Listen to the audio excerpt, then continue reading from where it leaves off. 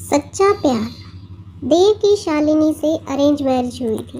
दोनों की शादी अरेंज मैरिज होने के कारण वे दोनों एक दूसरे को पहले से नहीं जानते थे। शादी के बाद दोनों एक दूसरे को जानने समझने में लग गए।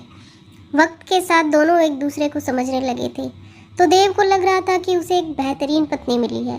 लव मैरिज करना कोई ज़रूरी नहीं है, अरेंज मैरिज में भी अच्छी पत्नी मिल जाती है।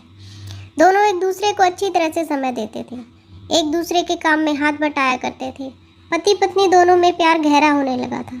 अब उसकी पत्नी भी देव का खूब ख्याल रखती थी। उसकी ज़रूरत का हर सामान बिना मांगे ही हाजिर कर देती थी। एक दिन देव अपने दोस्त सूरज को अपने घर दावत पर बुलाता है।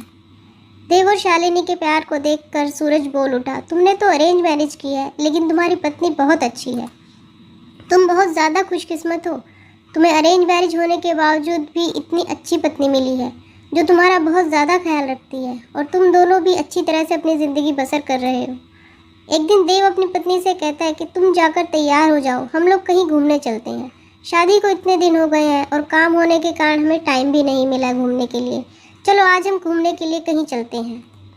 इतना सुनकर उसकी पत्नी शालिनी ने कहती है कि आपने अच्छा कहा जी, बहुत दिनों से हम लोग कहीं घूमने नहीं गए, अच्छा हुआ आज आपने बोल दिया। दोनों एक कार में बैठकर घूमने के लिए निकल पड़ते हैं।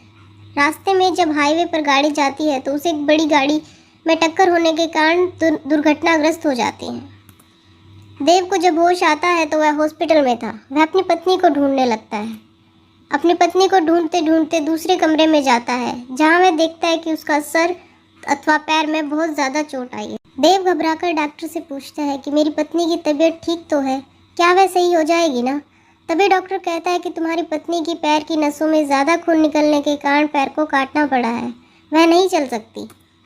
इतना सुनते ही शालिनी की आंखों में आंसू आ गए और कहती है कि मैं तो आपके ऊपर अब बोझ बन गई हूँ। देव कहता है, इतने दिनों से तुमने मेरा ख्याल रखा था, अब मेरा फ़र्ज़ बनता है कि मैं भी तुम्हारा ख्याल रखूँ। कुछ दिन बाद दोनों साथ मिलकर अपने घर की तरफ रवाना हुए। अब देव ने नौकरी छोड़ दी थी और वर्क फ्रॉम होम करने लगा। साथ ही घर पर रहकर अपनी पत्नी की मदद करता और उसकी देखभाल किया करता। इसी तरह एक दिन फिर सूरज उसके घर आता है और कहता है कि तुम तो अब घर के काम करने लगे हो, तुम बहुत अच्छे बिजनेसमैन हो, तुम अपनी ज़िंदगी क्यों बर्बाद कर रहे हो एक लड़की के कारण? तुम दूसरी शादी कर लो, चाहे तो इसे भी अपने पास ही रखो।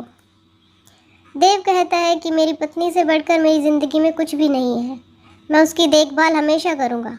आज तक वो मेरा ख्याल रखती आई है और अब मैं उसका ख्याल रखूँगा।